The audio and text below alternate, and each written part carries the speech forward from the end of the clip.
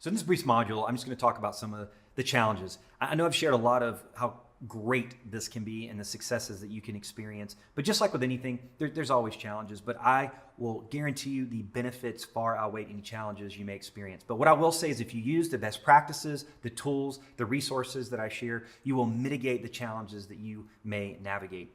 And on this point, I just want to share just 3 key things to keep in mind. One, look, as our global economy is shrinking, right, they're choosing you as much as you're choosing them. The demand for outsourced resources and virtual talent is growing. Be someone desirable to work with as a virtual employer of one of these resources. Treat them well, use tools like screencasting, and be easy to work with from a virtual standpoint. Second, on specialized projects, things you may use these gig economy platforms, look, it's so low cost.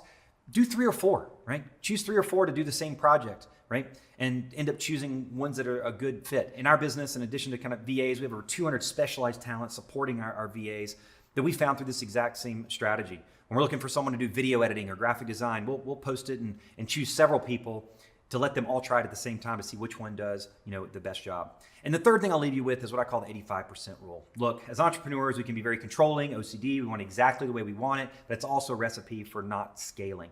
So, as long as things get done 85 to 90% the way I would do them and they get out the door, it's a win. If we're doing brain surgery, we can't be 85%, but it's, I could want to write a blog myself and agonize about every single word, or I can outsource resource, learn how to write blogs for us. They get 80, 90%, and we get 5 out a month, and they're generating leads for us. Those are 3 key things to think about in navigating challenges moving forward. But again, the benefits far outweigh them, but use these best practices and you'll find you have few challenges in the journey. Next module, we're going to talk about final next steps and getting your automate and delegate roadmap underway.